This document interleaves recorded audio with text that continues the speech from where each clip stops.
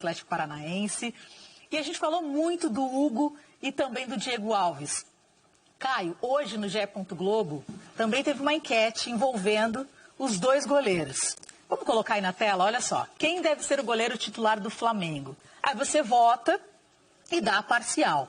Eu tinha visto a parcial e estava ganhando o Hugo 60 e poucos %, assim, era muito grande a vantagem. Vocês concordam com o público que está votando? Pela sequência, desde que ele teve a oportunidade, eu não tiraria agora no retorno do Diego. Mas acho que o Diego é muito importante até para essa transição.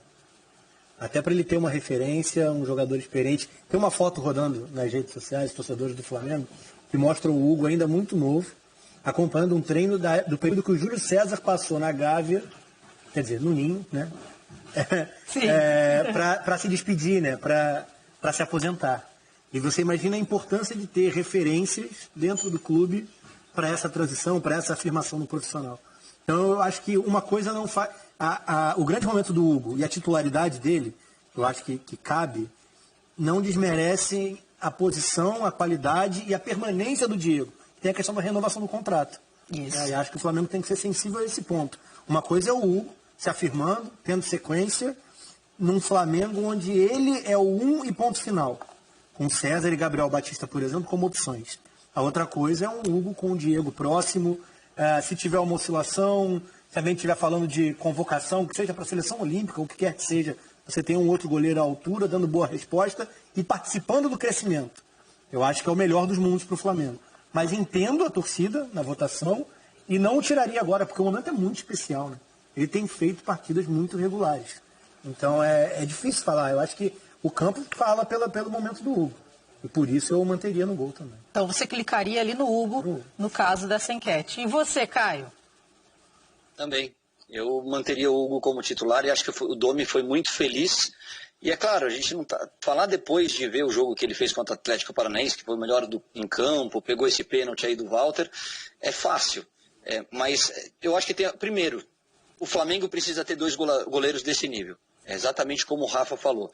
Você tem lesões, você tem convocações, você tem uma série de jogos, né, dentro desse calendário mais espremido, que você precisa ter pelo menos dois goleiros do mesmo nível, mesmo que a diferença de idade seja muito grande. Então eu gosto demais do Diego e admiro mais ainda o Diego pela forma como ele está reagindo a essa reserva e a esse momento do garoto Hugo. É muito legal você ver ele vibrar junto, ele dar força para o companheiro, ele não usar das redes sociais ou não ir na imprensa para se queixar, não ficar de cara feia no banco, é isso. Você tem um grupo forte, um torcendo pelo outro, é metade do caminho para o sucesso. E o Flamengo tem um time para brigar por todas as competições. É o melhor elenco do país. Já que eu fiz elogio a todos, agora eu quero falar sobre o Hugo. Esse menino pega demais. Demais. Pega muito, né? É impressionante a personalidade dele, porque ele entrou no pior momento, ou pelo menos no momento mais difícil do Flamengo no campeonato, que é quando tinha todos aqueles casos de Covid, quando vinha de uma goleada na Libertadores. Logo na sequência tinha um jogo contra o Palmeiras fora de casa. E ele assumiu essa camisa de titular com uma personalidade incrível. Depois você vai analisar os gestos técnicos dele. Ele é um goleiro seguro na saída de bola, no movimento de defesa. E por último, assim, ele é muito alto, ele tem boa envergadura, mas ele é muito ágil, ele é muito rápido. Se Deus quiser, se ele tiver cabeça no lugar, se as lesões não atrapalharem, olha, a gente pode ter ganho aí para um futuro goleiro para a seleção brasileira, pensando em alguns anos de Copa do Mundo. Caio, eu sei que o teu nome é Caio Ribeiro, mas tem o Felipe Ribeiro aqui na hashtag Troca de Passes. Parece que vocês até conversaram, ó, vim do futuro para dizer que Hugo Souza é goleiro titular da seleção brasileira. Essa é a opinião do nosso telespectador, família, então. Felipe Ribeiro. Mas deve ser parente distante. É legal que é o mesmo pensamento. E a gente também, quando olha para o Hugo, como bem disse o Caio, todas essas qualidades que ele mostra, essa segurança, ele é muito jovem. E já mostra essa maturidade, Rafa. É uma posição muito ingrata, né? Porque oscilar sendo goleiro significa perder espaço, perder posição. Não é aquela assim, um jogador que está mal na linha, você consegue adaptar, consegue colocar para fazer outra função. Ele roda dentro do elenco e recebe oportunidades dentro da temporada. A gente lembra que o Hugo, sem que tivesse sido observado, assim, questão de oportunidade, ele era o quarto goleiro na fila e estava praticamente 9 meses sem atuar pela questão do estourar a idade do sub-20 para o profissional, né? Esse momento é muito sensível.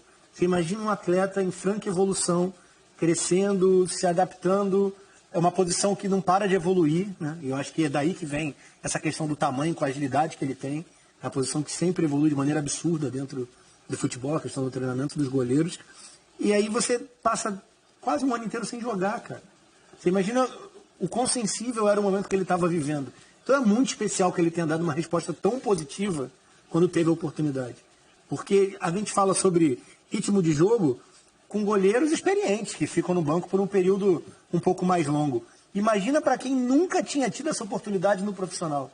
E nesse momento de baixa, de ausências, de um time completamente mexido, cara, a resposta dele é muito positiva.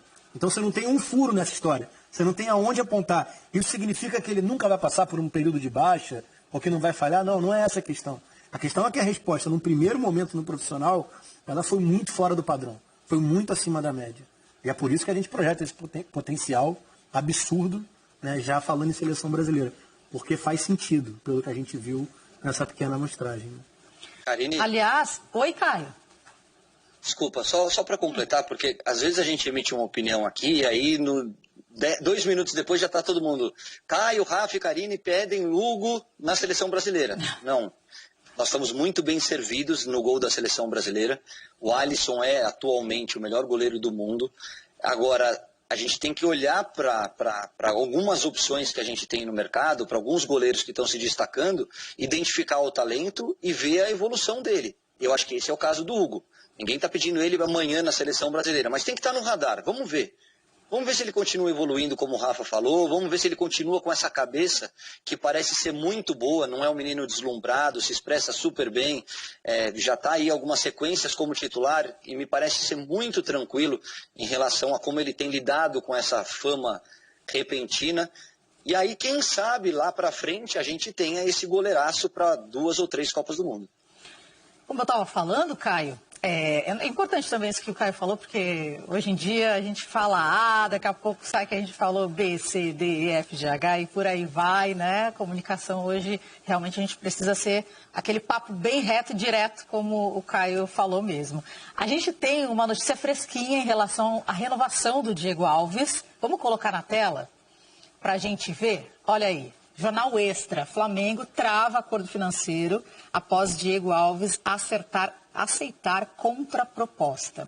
Portanto, a renovação contratual do goleiro Diego Alves gerou esse desencontro, né, da diretoria do Flamengo. Aí, depois de algumas semanas de negociação, o departamento de futebol apresentou uma contraproposta ao jogador, que aí, portanto, aceitou os valores. É uma boa notícia. Mas então, o título indica que o Flamengo... agora travou, é verdade. Eu que já estou muito otimista, né? Que parecia acertada. Sim, Isso causa estranheza, mas acho que passa muito pelo momento do Hugo. E é aí que eu acho que o Flamengo, ele até pode dar uma esticada na corda. Agora só complementando, desculpa, Rafa. Isso. No entanto, o departamento financeiro não aprovou o acordo. E aí o presidente Rodolfo Landim assumiu a decisão final. E com isso o atleta voltou a se relacionar, sem ter a renovação encaminhada para assinatura de contrato, então realmente acabou emperrando mesmo, como a gente estava falando. Não, mas você faz uma proposta de renovação ao jogador sem que o departamento financeiro já tenha te dado um ok sobre os valores acordados? Isso me parece estranho. Parece mais uma justificativa depois do ocorrido do que um fato real. A partir daí, eu acho que é a questão do Hugo, batendo na porta. Só que esticar a corda tem um limite, né? Eu até entendo. Mas não dá para desmerecer tão além da conta a questão da renovação do Diego Alves. Acho que isso tem que ficar importante. Assim, a mensagem tem que estar passada lá dentro. E parece que nesse momento o movimento do Flamengo é de pressionar o goleiro mais experiente pelo bom momento, pela boa resposta do mais jovem. Só complementando ainda também essa informação, primeiro o Diego Alves indicou, através do agente dele, que gostaria de um aumento salarial. Aí o Flamengo não aceitou. Houve alguns ajustes, aí o clube apresentou uma contraproposta e o Diego analisou e deu ok. Aí veio essa situação de novo. Então, parece ser realmente reflexo desse momento do Hugo, realmente, Caio. Então, A leitura... Fala. Não, só é estranho, assim, porque, como a gente estava falando aqui, a gente não pode enaltecer o momento do Hugo e desmerecer também o Diego Alves. Ele é importante. Os dois são importantes, justamente nessa transição de crescimento do Hugo também. Exatamente. Quando você tem concorrência na posição, você tira o jogador da zona de conforto, você faz com que você sempre busque aprimoramento. O Diego é um goleiraço, que infelizmente tem tido alguns probleminhas de lesão, né? Joelho, depois tornozelo, Covid, enfim, algumas coisas que o impediram de jogar. O Hugo aproveitou a oportunidade que apareceu e não saiu mais. Agora, uma negociação é muito complexa. Tem o lado do jogador, tem o lado do clube. O que eu acho que tem que haver é transparência nas relações.